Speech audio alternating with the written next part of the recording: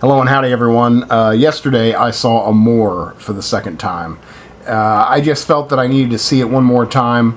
I loved it. I definitely think it's one of the better films from last year, 2012.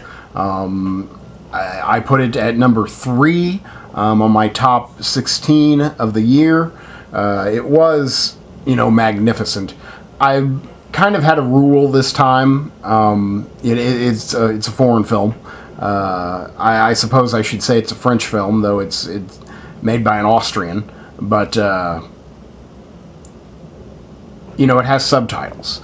And the second time, and in my first review, I talk about how, you don't really pay $14 to go and read words on the screen. You pay your money and you want to go see the acting. You want to watch the movie. You don't necessarily want to read. So I told myself that I would primarily focus on the actors, and that I can read the subtitles, for a little bit here and there, and I did, but I really just wanted to focus on, the acting, the filmmaking, rather than pay attention to the subtitles. Even if that meant I wasn't entirely sure of what they were talking about. Again, I could quickly go down to read a couple of lines, but again, I didn't want to do that. And I think it made me appreciate it on a different level. There were differences this time. The first time I saw it, where I was paying attention, to the story and everything that was said, I cried while watching the film, and cried within an amazing amount of time. I thought within the first half hour I cried, and that kind of just amazed me, with the film, about how it could do that to me. After just a half hour of watching these two fictional characters shuffle around their apartment, something can happen that would make me feel so connected to them that I would cry, and that kind of got me obsessed. How is that possible? How is that possible? I did not cry this time. Maybe because I wasn't listening word for word to what they were saying. Instead, just watching the emotion, and that's really where the acting came out. The acting is really stunning in this movie. I wish I could remember the names. They're French names, and legends of French cinema as well. I can't remember their names, but just beautiful performances, just really beautiful performances, and equals. The lady got nominated for Academy Award, and the gentleman did not. I realized that it was a busy year for acting, and he wouldn't have won anyway, but his performance is an equal to her performance. Perhaps she had to do a little bit more, difficult things physically. She was also nude in the film. So again, maybe she had a lot more physical stress, but mentally he had to, for as much stress that she had to endure physically, he had to endure mentally. And I think that both performances are equal to each other, and they're both magnetic. It's just marvelous, just to see the performances, see the, just to look into their eyes. They're acting their own age. I believe that both of the actors are in their 80s. They're acting their age. The characters are in their 80s. There's just so much life behind the eyes, and there's just so much to draw from.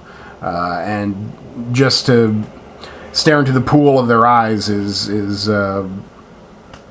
quite something, and I think a big part of this film. One thing that's amazing to me is how quickly the movie rolls along. The movie is over 2 hours. It's somewhat 2 hours and 5 minutes, I think. And again, this film is about life. 98% of the film takes place in an apartment, their apartment. They don't leave their apartment too much. So the film is very small. It's very small in terms of locale and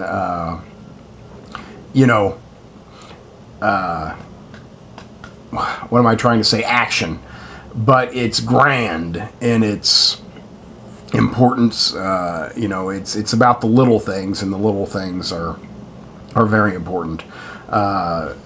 You're basically watching, two people who have been together their entire lives, and now the inevitable decay and death is taking place, and we get to watch how they handle that. And that's basically what the film is about. But somehow it sucks you in and holds you there, and pretty soon it's just over. It's just so breezy and really just kind of delightful that it's just here and then it's gone.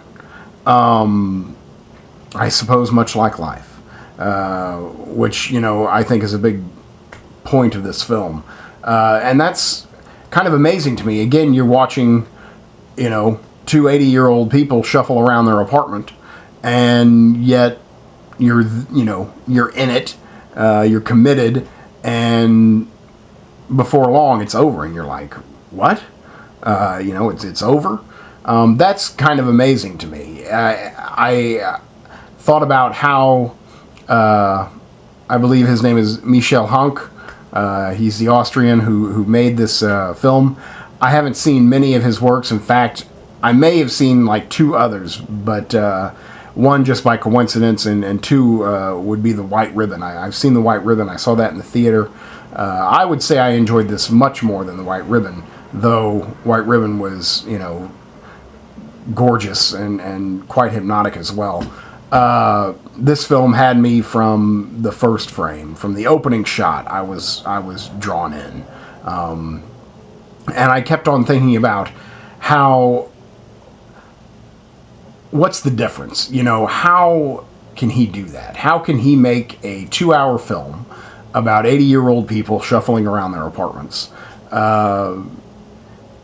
smooth and fast and just breezy and effortless, and make it enjoyable to watch? And I think about how terrible the film would be if it were handled by a lesser filmmaker. I thought about how would a first-time filmmaker make this script, and how could it be any good? How could it be any good? I think that just comes with again, Michel Hanke is world-class director. He's been making films his life, and he obviously knows what he's doing. He's a master. But I think what's best about him is that he's so good at the indescribable. About he's so accomplished at the art. That X factor. He's got it in spades. It just looks gorgeous. Everything about the film is just beautiful. The performance is beautiful. The story is beautiful. It's beautiful to look at. It's gorgeously shot. Every frame looks like a painting. The camera doesn't move around too much. It mostly is just a fixed in a fixed position and lets the action move around the frame. And the frame is exquisitely lit, and again looks like a painting. It's sometimes I would call the film abstract. It's definitely abstract, especially at the end, which is open-ended. I'm not entirely sure. Even in, I've seen the film twice, and even in the day after, I'm not entirely sure what happens. I mean, I know the big strokes. I know what happens. I'm just not entirely sure of of the order of it, of how it actually happened. It's just one of those things. But it's definitely like very subjective. You have to. It's just something to think about. Oftentimes the frame will just be inanimate objects, and it's just like focusing on that and like, well, so how does that make you feel? What is staring at that doorway make you feel? What does it make you think? So it's, it excels at being art in the fact that everyone can watch it and everyone can have a different opinion of what happened and what it all means. So I think that's very, brilliant to involve everyone like that. I don't really know what else to say. I definitely think it's a highlight of 2012. I'm not sure I'll watch it again. Maybe if I, live to be the age of some of these characters, I'll want to watch it again just for reference on what the hell to do. But, it's just a great work of art. I can't say that I'll rush to rent this or have this great drive to see it again. I definitely wanted to see it in the big screen one more time, just because, again, of the hypnotic vibe, and again how it just flies by, and how it just sucks you into the apartment. Really, you're just there, fly on the wall, watching these people live out their days. I don't know what else to say. There's not many movies like it. I don't think I've ever really seen a movie about so bluntly, accurate. And again, I thought I wrapped it up with blunt. It's just very blunt about life and the inevitability of death, and it's just something that is unique, and especially for American cinema.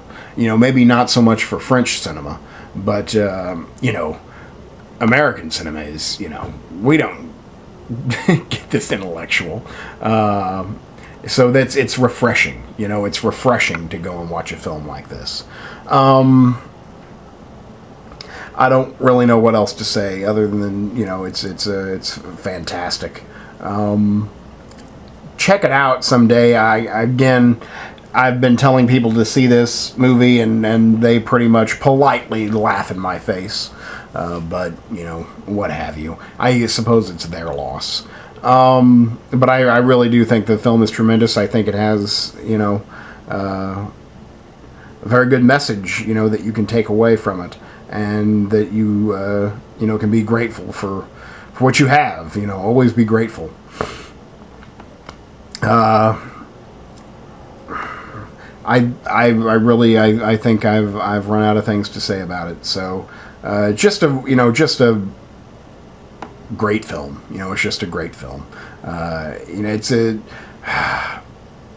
I guess it's a solid 9. I mean, it really, there's nothing I can pick out that wouldn't make me want to give it a 10.